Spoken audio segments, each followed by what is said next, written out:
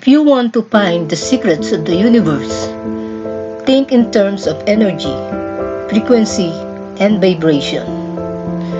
The universe creates a frequency that we call spiritual energy. The human absorbs it through human resonance.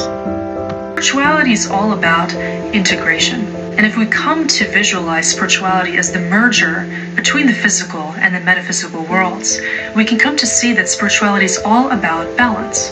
It's all about moderation, which means it's not about creating a new kind of identity for yourself at all, but rather about deprogramming yourself to the extent that you become the primordial spirit behind your experience of life.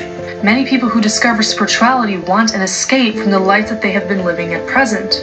And so they seek solutions through the running away from themselves and from the life that they have been living in the past, from their traditional day job, from their family, friends, from relationships, from all kinds of things and material attachments, because they think that to be spiritually liberated is to completely cut the cords from their prior existence. To be spiritual does not mean to be disconnected, to be detached, to not have a sense of belonging, or to have to completely wipe the slate on your previous life.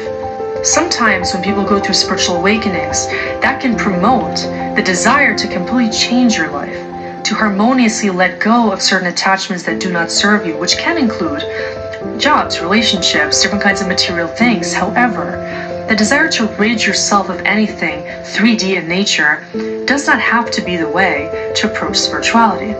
Spiritual people can still have money, look good, care about themselves, and care about what they have in their life, and live a very normal, abundant, beautiful human existence. Because what spirituality comes down to is how balanced you are at your core and where your values lie. When it comes to the analysis of where spirituality is taking you, it's important to realize, why do you desire spirituality in your life? What is it that you want spirituality to bring you? And how are you going to use spirituality to become a better human being? Because ultimately, that's what all of this is about. Some spiritual people don the spiritual mask, which I like to call the spiritual ego, which is just a new kind of a persona using the glamorized form of spirituality to promote enlightenment, being better than other people, and using that kind of superiority mentality to gain attention as a spiritual guru or leader. Spiritual enlightenment is not something anyone can give you. There is no other teacher but your own soul. By still needing the spiritual mask or having to use spirituality to bolster yourself as somebody above others is just indicative that you don't feel whole within. And so people that need spirituality to maintain this kind of facade are truly experiencing the unintegrated state of being.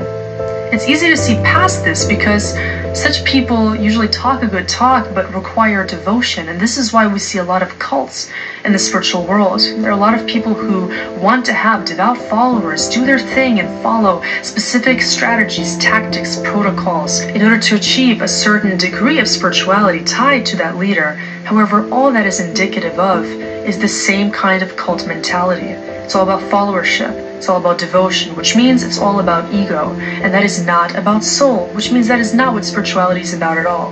The path back to the soul, which means it is really the merger with the concept of unity consciousness. Every person has to find their own way back home to the essential truth of who they are, and the essential truth of oneness. And there's no one way to do that. For some people, this can involve meditating, doing these kinds of retreats, going away and just being in stillness or in nature for an extended period of time, or doing a darkness retreat to really listen to your inner world and to come out of a state of needing to egoically identify with the things around you in order to understand who you are. For other people, however, it might mean choosing to find more connection in the world, choosing to overcome hermit mode, which is a very often seen archetype among very spiritual souls. Very often empathetic, deep, loving, and conscious souls are afraid of embracing their spiritual selves. So for many, the journey into a more spiritually embodied experience is to simply come out of that shell and to start living in a free, fully embodied, open, and authentic way. Ultimately, spirituality is a way of being. It's a way of life, which means it doesn't have to be a separate aspect of your existence from your job, from your routine, from your relationship. Every single aspect of your life can be seen as a playing ground to experience your spiritual self. How closely connected do you want to be with your own soul? How closely associated do you want to be with Source? If you are consciousness, then the reason why you're experiencing this human journey is to experience how fully balanced and integrated you can be with it. Which means the spiritual awakening process is often just a series of realizations that are accompanied by a desire to know more and to understand more about who you are and why you are here.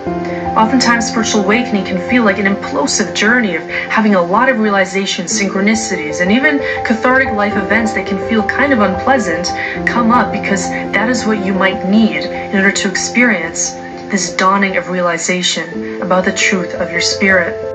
In spirituality astrology, Mars is a very energetic planet.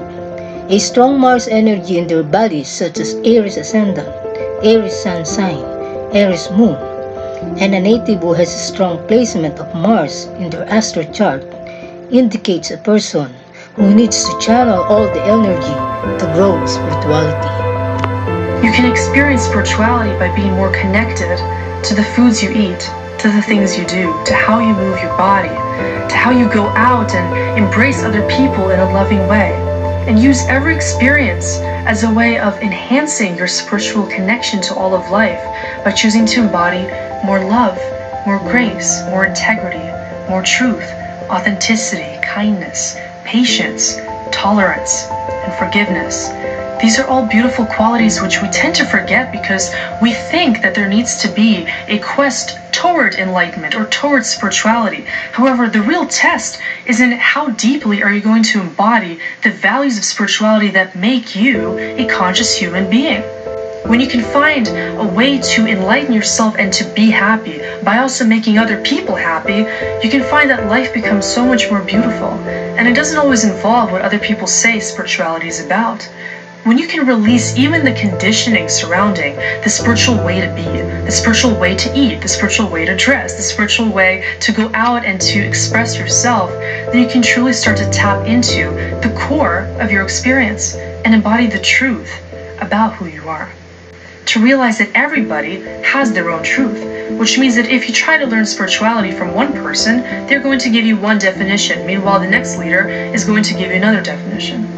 The truth for you is going to be something purely individual based on your own soul's experiences, the lessons you've been programmed to learn here, and the things that you are destined to be experiencing. To be spiritual is to embrace it all. It's to love it all, as difficult as that may be at times, and it's to step into the fullest acceptance of who you are and what you're meant to be doing here.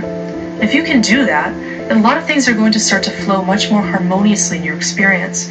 And you'll start to see that life really is a canvas for spirituality when you choose to flow, when you choose to surrender the guards of your ego in order to really become connected with the more fluid version of your identity. There is an identity that exists outside of the personality which you're used to bearing on a daily basis. And think about what that identity is governed by. There is a soul that exists outside of your human meat suit. There is an essence which is existent separate of your mind and its perceptions. Identity is governed by. There is a soul that exists outside of your human meat suit. There is an essence which is existent separate of your mind and its perceptions. And when you can connect to that part of you which is very subtle but very beautiful in nature, you can start to perceive life in a very different way, in a more colorful way, in a way that is indicative of a higher consciousness which is guiding you from a higher level. And when you can come to embody that dimension of truth, you will experience spirituality in its most organic form that is driven by your own soul and led by your own heart, which is the only guidance that you need to figure out what is the most spiritual way for you to live in this experience. We are spiritual. We just need to remember that the Spirit is within us. God is within us.